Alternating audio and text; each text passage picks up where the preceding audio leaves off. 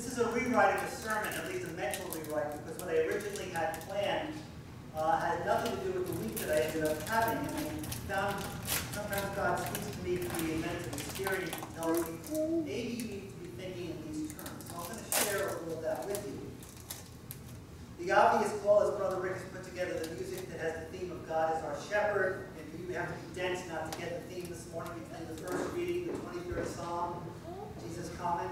I'm going to do a little shepherding myself. I'm going to a little pastoring, a little suggesting. It has nothing to do with the fact that the order of the universe is wrong because the kings are sitting on that side of the church for the first time in 3.5 years as opposed to that side of the church. I could also turn around and say the order of the universe is completely at home because the Mets haven't won a game since the All-Star break is over. We got our brains beat in last night. And I'm sure if we have to the doctors, we can get St. Mary's Grammar School on the schedule. I don't know if we can beat them. So what I'm going to ask you to do this morning is nothing. And I'm going to ask you a question. When was the last time you did nothing? That's the focus. I told you, for those of you who were here last week, you know I had an interesting meeting coming up because I was invited down to the bishop's office for a discussion of things that had nothing to do with whatever I was asked to go down with. And to this moment, I don't know what the purpose was. And what I mean by that is I had the general feeling that I was like a bug under a microscope. That's the sense I had.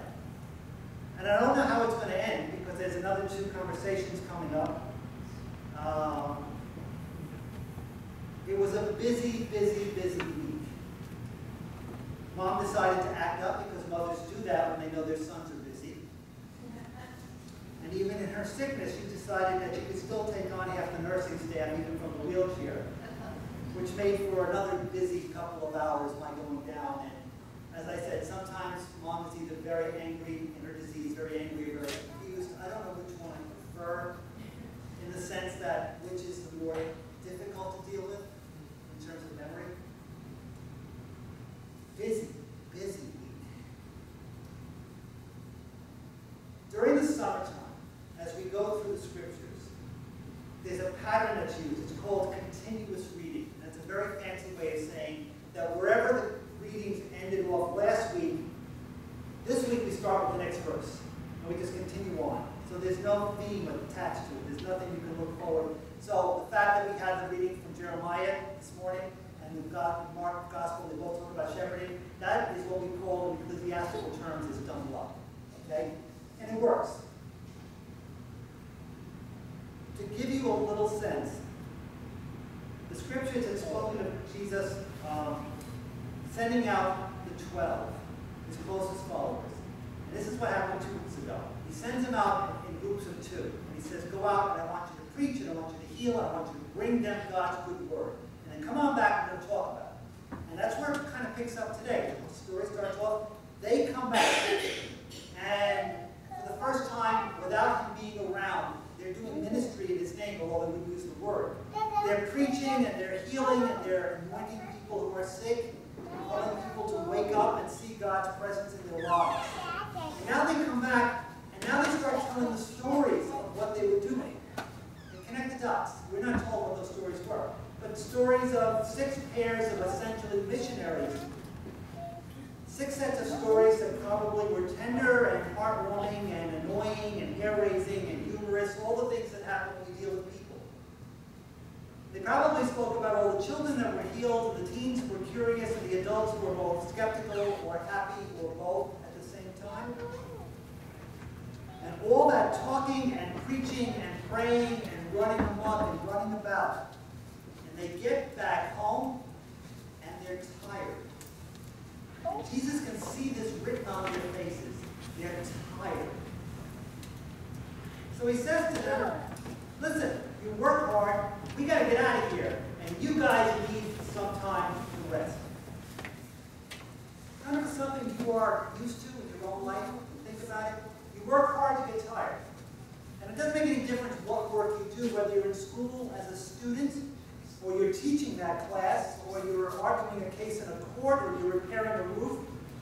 negotiating a contract, raising your child, preaching a sermon, sending emails, forgetting to send emails, proofreading a bulletin, visiting the sick, having the sick visit you, talking to somebody at the Stop and Shop online, when you have 13 items in the 12 item zone and you don't want people to notice you're there. He sees them as tired. He says to them, you've got to get away. And he gives them a great invitation. Let's go out to the desert.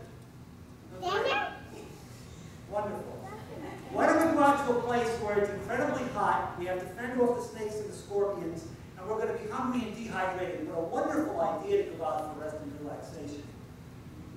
As if summer isn't bad enough, as if they're not tired enough, they're about to go into an atmosphere which is going to do anything they think but recharge them. And even if going out into the wilderness were a good idea, we're always so busy. People are busy. We're too busy to get away. I'll tell you another little secret in the priest world. We clergy hate when Easter is very, very early. And there's a reason for that.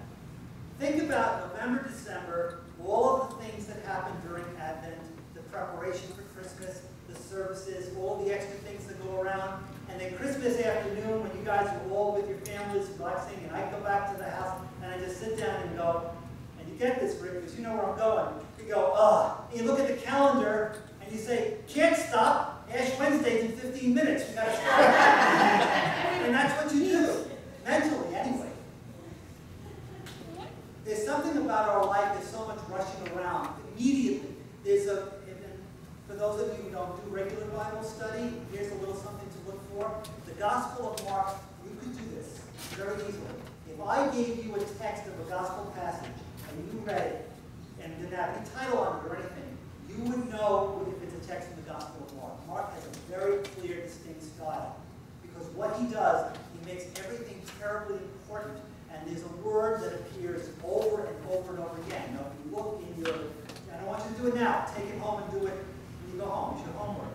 Look for how often the word immediately, or at once, or they rushed about doing this. There's all of this rushing. The way Mark tells the story. He does it on purpose. He wants to give the notion of this is important stuff. Genetic empathy is important. So immediately I've got work to do. Immediately, like Christ, who had his Father's mission to do, we have work to do. But Jesus knows them better than they know themselves, and here's my point. He knows us better than we know ourselves. It comes to a time when the human body and the human spirit needs to rest. We need to be recharged.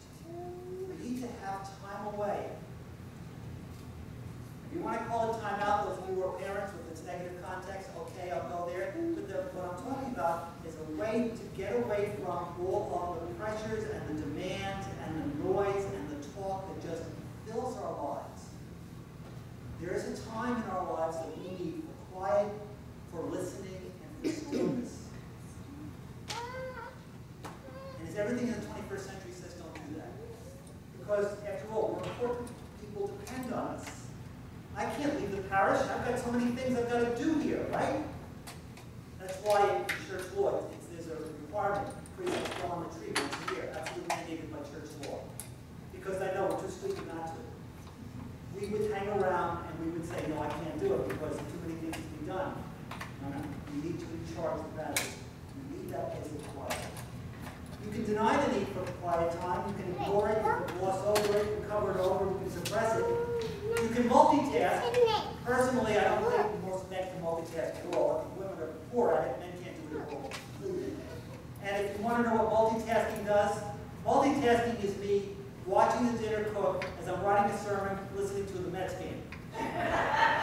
What ends up happening is I miss the score, I burn the dinner, and the sermon is lousy. That's me. If you were honest, you would admit that that's your story also. How many times we try to do so many things at once?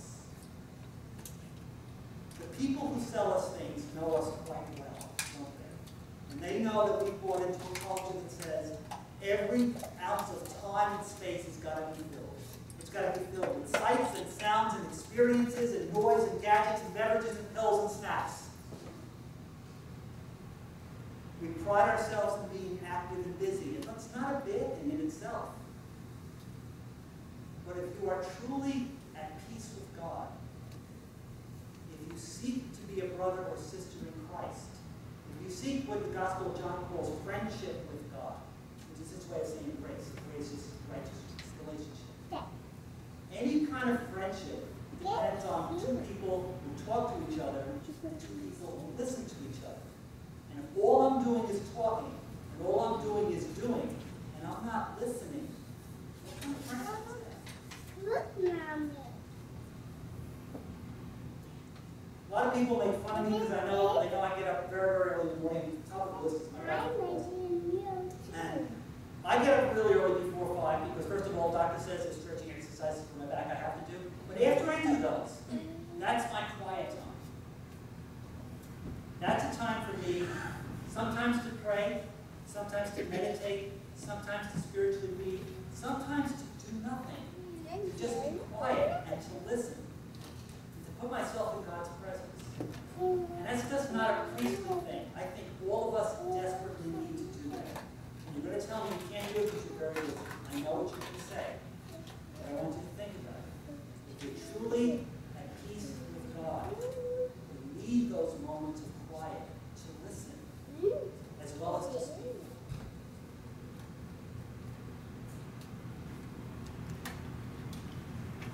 You're quiet. Are you listening? What we find out is that God waits for us in some of the strangest places. That God comes to us when it's quiet, and that even the deserts can sometimes be a garden, because it's the soil you need to grow for you to be spiritually mature. It's a place where God gives directions. It's the time to be quieter. And most of all, when we do this, the words of Paul are getting released. Then we are no longer strangers and aliens, but we're citizens with the saints and members of the household of God. So very simply, in your summer, in your daily life, in the morning and the evening, is there a time you can set aside for your own spiritual